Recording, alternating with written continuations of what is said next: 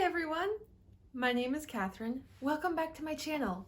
On this channel you'll find videos all about blindness, visual impairments, disabilities, and fun hobbies that I enjoy doing anyway. These are topics that I really don't hear a lot of people talking about on YouTube. It's entirely possible they're out there and I've just missed them. If you know of anyone who also talks about these kinds of things, I would love to hear about it. Please leave a comment. Otherwise, I'm just putting my experiences out there in hopes that it will make someone else who might be in a similar situation to me not feel quite so alone. Now, Guide Dog Month continues. As you may know, if you've seen any of my other videos from this month, September 2021 is the Guiding Eyes Wag-a-thon. It is a month-long marathon, basically. Participants sign up to walk 26.2 miles over the course of the month with their furry friends, if they have furry friends who also enjoy walking. And it is to raise money for Guiding Eyes for the Blind. This happens to be the organization where I got my guide dog, Caleb. And if you follow me on Instagram, you have likely seen many pictures of him.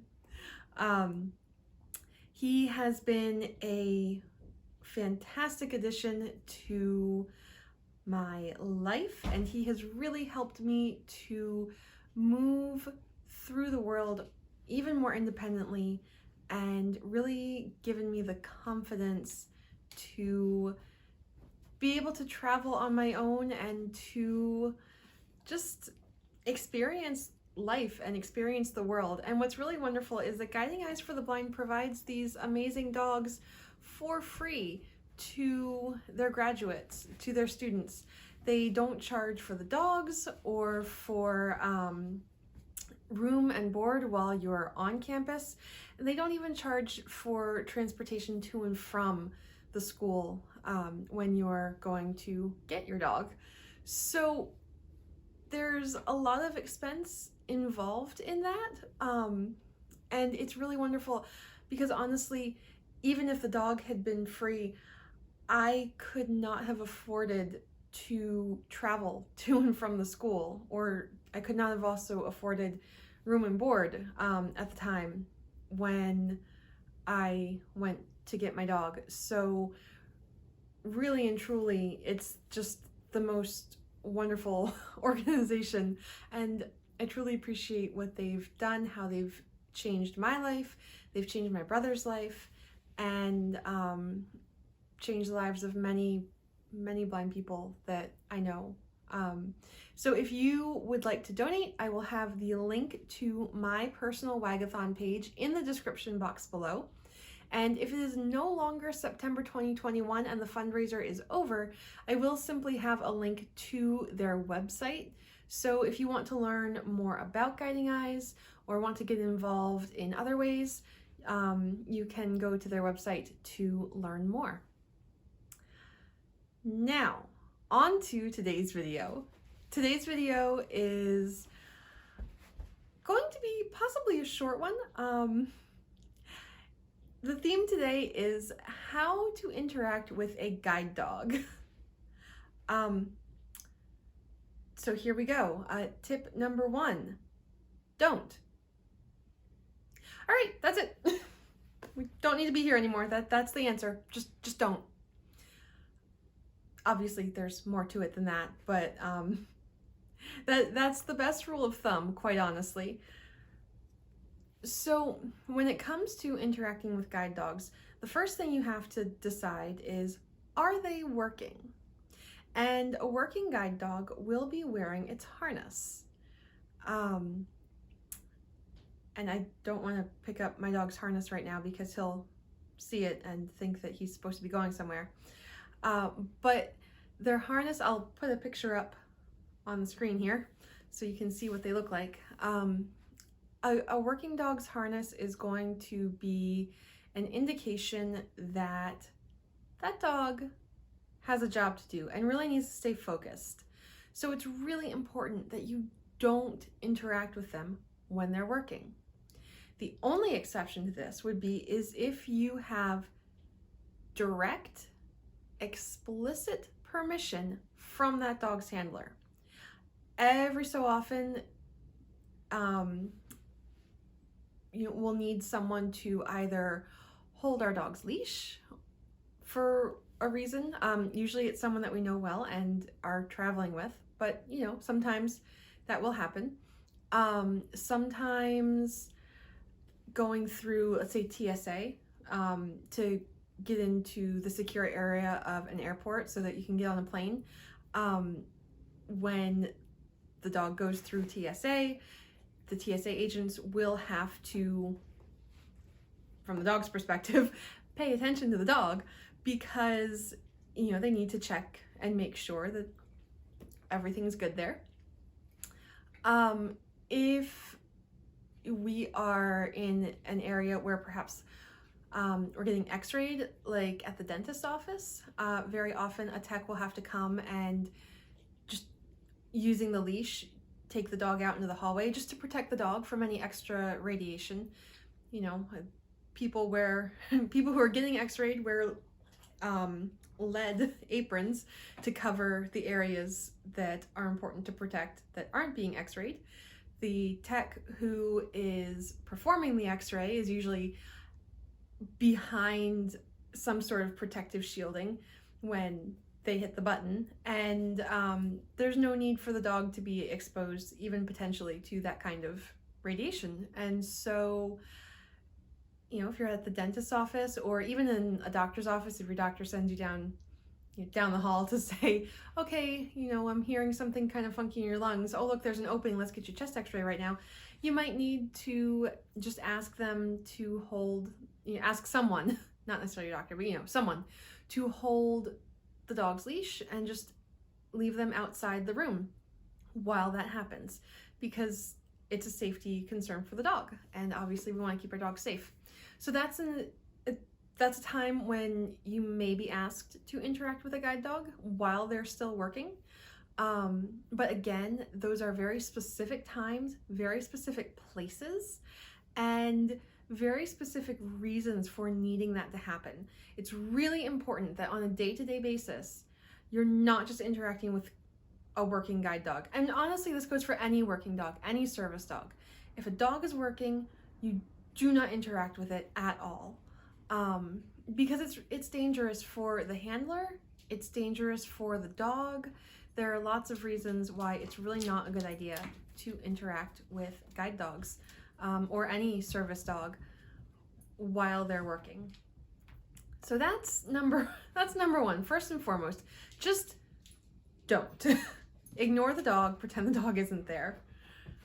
We've talked about some exceptions to this rule, but in general, when you see a guide dog, especially a working one, and they're adorable, and you just want to talk to the dog so bad, you want to pet the dog so bad, it's really better at that point to also just interact with the handler instead. The human who's with the dog, the human who's working the dog. Many of us are happy to answer your questions, are happy to talk about our dogs. We know our dogs are adorable. We know they're beautiful. Our dogs know that they're beautiful. And so if you have questions about the dog, what it does, where it came from, any kind of questions like that, most of the time, if you ask nicely, we're more than happy to answer and to tell you all about our fantastic dogs, because quite honestly, I can't really speak for everyone, but I know I'm very proud of my dog. I'm just so pleased with him, and so if you have questions, I'm very happy to tell you all about him. I'll probably tell you more than you really wanted to know, actually. So, in general, it's really better when you see a guide dog and you're really interested in the dog, just talk to the handler. We're really happy to help you find those answers, to give you answers to the questions that you're curious about, just as a form of etiquette. And I know a lot of people ask dogs names all the time, but honestly, and I think this would probably go for most service dogs anyway, it's really better not to ask for the dog's name. Our dogs are very responsive to their names, and so it's just kind of awkward. And I know everyone has a slightly different approach in this area. I do have one friend who simply says, I don't tell people my dog's name. And she has a very good reason for that. She's had problems before with once people know the dog's name, then just ignoring her completely and talking straight to the dog and calling the dog by name, and that gets really confusing. So really, in general, it's just more polite, really, not to ask for the dog's name, just because it can be awkward. And just like anything else, it can be hard to just directly say, no, I'm not telling you the dog's name, or it can be hard to kind of, it's just socially awkward to kind of be like, well, I don't really want to tell you my dog's name, because then you have to explain why, and it just gets awkward. So just as a point of politeness, please don't ask for our dogs' names. Another thing is that while most of us are more than happy to answer your questions if you talk directly to us, a lot of us will get very salty if you just go in and start talking straight to the dog, or start, patting the dog. It gets frustrating. It happens a lot, and it just gets to a point. I tend to think of myself as a very patient person, very cheerful person. It's hard to make me mad, but I'm telling you what, if you want to make me just kind of snap and be done, start petting my dog or get right in my dog's face. And especially depending on the kind of day I've had, I will tell you very abruptly and possibly even a little rudely, don't leave my dog alone. He's working. You're done. No, just no more. And from what I know of other friends who have guide dogs, it's similar. We're so over it. It happens so much. We're so tired of it. Just talk to us, interact with us. Please ignore our dogs. The next thing to know about interacting with guide dogs and with their handlers is sometimes if you are, let's say, a host or a hostess at a restaurant, or you are working in a doctor's office or a dentist's office, or just in general, if you're helping someone who is blind or visually impaired to find where they need to go, to get to the doctor, to get to the right exam room, to find their gate at the airport, anything, any place where you have to sort of direct someone who is working with a guide dog, it is very rude of you to bend down and tell the dog to come here, come on, follow me, come on, let's go. That's very rude. And if our dogs are doing their jobs properly and focused properly, they're not going to listen to you anyway. And if they do listen to you, most likely the handler is going to correct them. So now, not only have you been very rude to the human who is working with the dog and who actually is the one who needs your help, but you have also caused the dog to be corrected because they're not supposed to follow people like that. They're not supposed to, when they're working, they're supposed to ignore people. They're not supposed to get up and follow you. They're not supposed to go over to you and say hello, or they're not supposed to come to someone else, especially while they're working. So not only have you insulted the person you're actually trying to help, you have also caused the dog discomfort, because now the dog is being corrected for something that is generally very natural for dogs to do, which is, come to someone who's looking inviting and calling their name, or just talking in that special dog voice that all dogs seem to know and understand. you've now caused them to be corrected for that. And I don't think you want that. I know most dog lovers don't want that. So it's really better if you are needing to help someone who is blind to find whatever it is they need to find, and they need to follow you for whatever reason. You really need to, again, interact with the handler and not the dog. So you would come up to the human who is with the dog, and you just say, you know, can you follow me? Do you need to take my arm? Are you all set? Can the dog follow me? How do you want to do this? Just ask. Really, rather than assuming that you need to talk to the dog, because obviously the dog is the one who knows what's going on. By the way, the dog does not know what's going on. The human knows what's going on and directs the dog.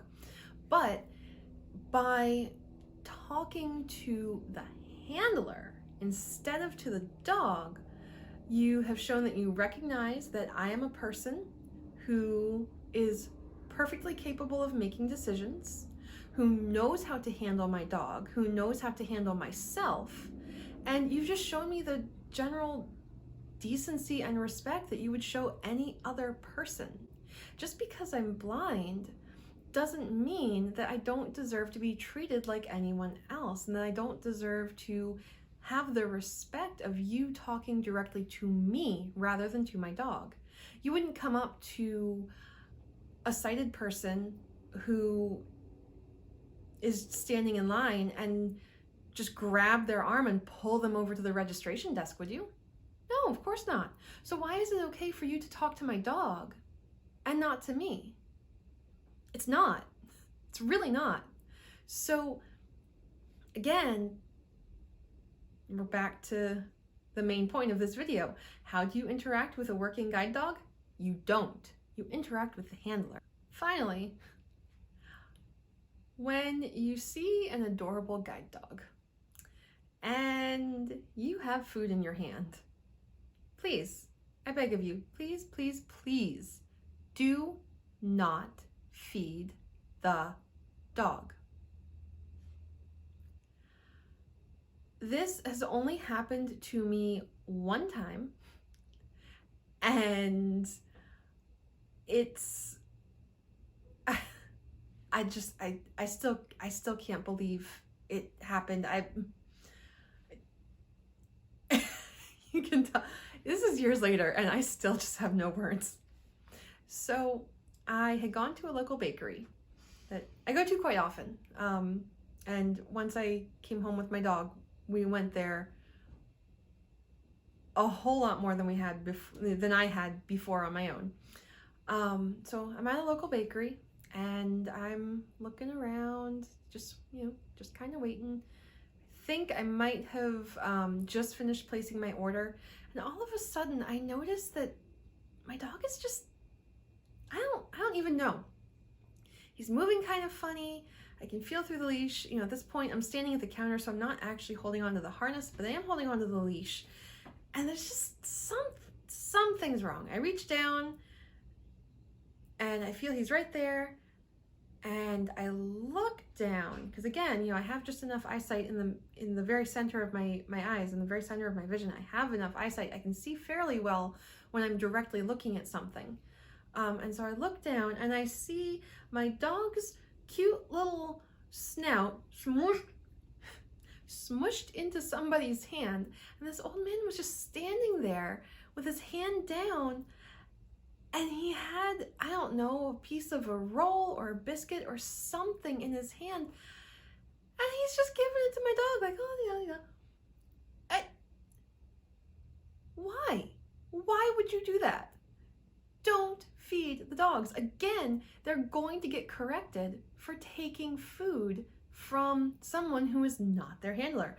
They're supposed to. Now, they are dogs, and these dogs are very smart dogs. So they're going to take food if someone offers it to them. They're not supposed to, though.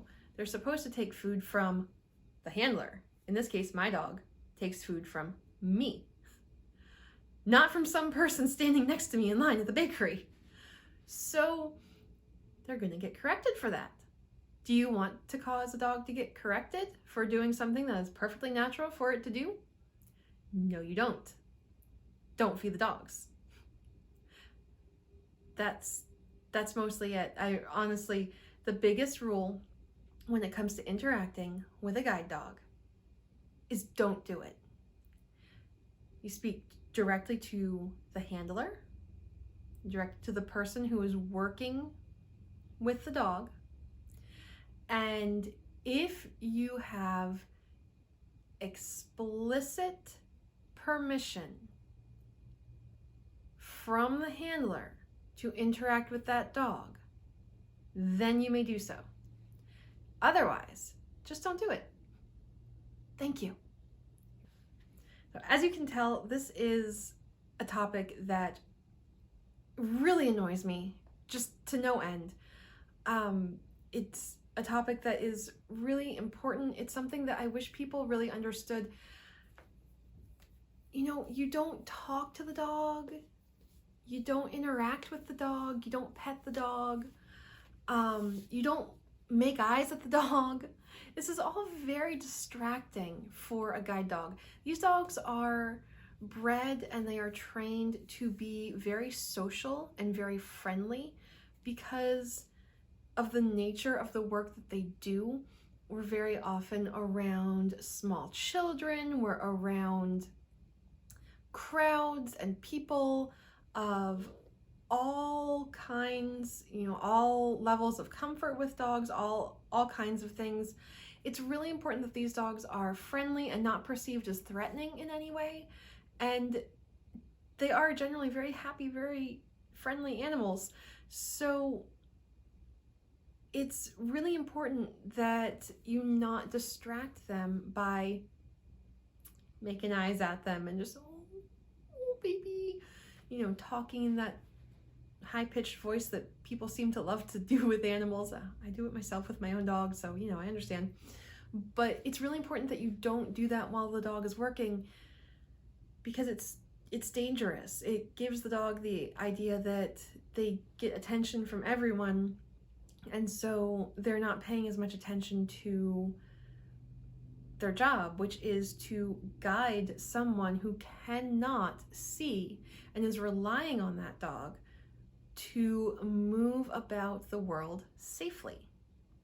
And so by distracting that dog, you are taking away my ability to cross a street safely, to walk home in the evening when it's dark at 5 o'clock, because, you know, it gets dark here early.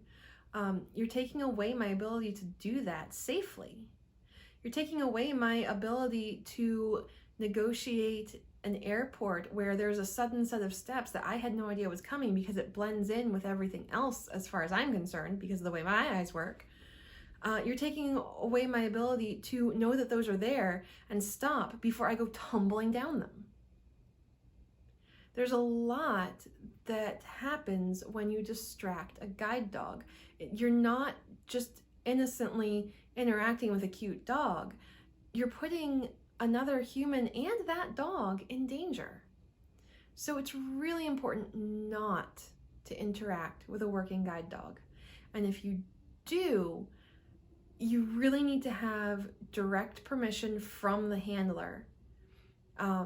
It's also really important if a handler says, you know, not to pet the dog, and it's just really important. And quite honestly, it's very rude when you do this, to just say, oh, okay, I won't pet them, and then to look at the dog and go, oh, I can't pet you, but I can talk to you all I want. No, you can't.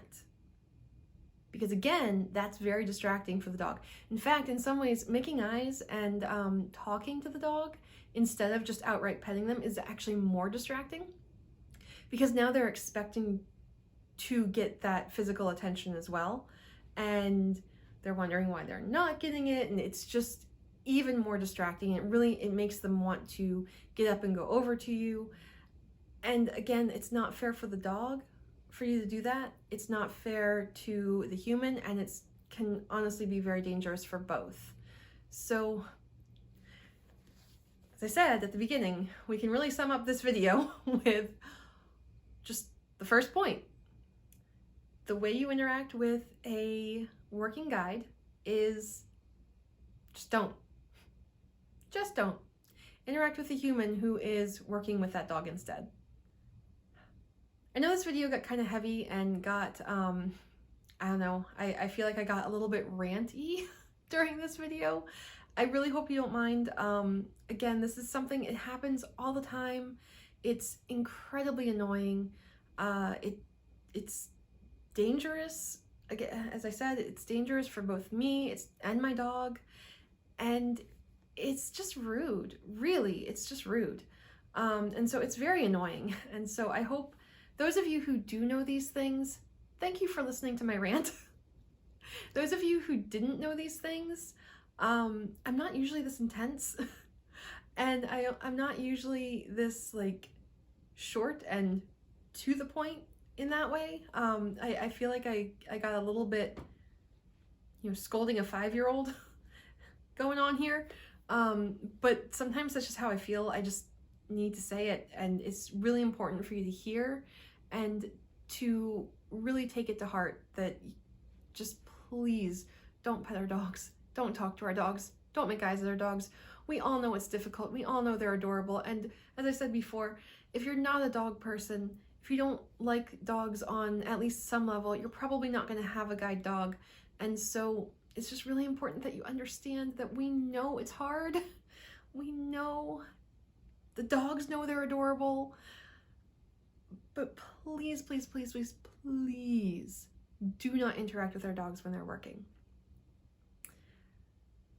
So anyway, with all of that said, if you liked this video, please leave a like, please give it a big thumbs up. Feel free to subscribe for more videos like this, although hopefully a little less on the rant side of things and a little more on the fun, interesting, or discussion-based side of things.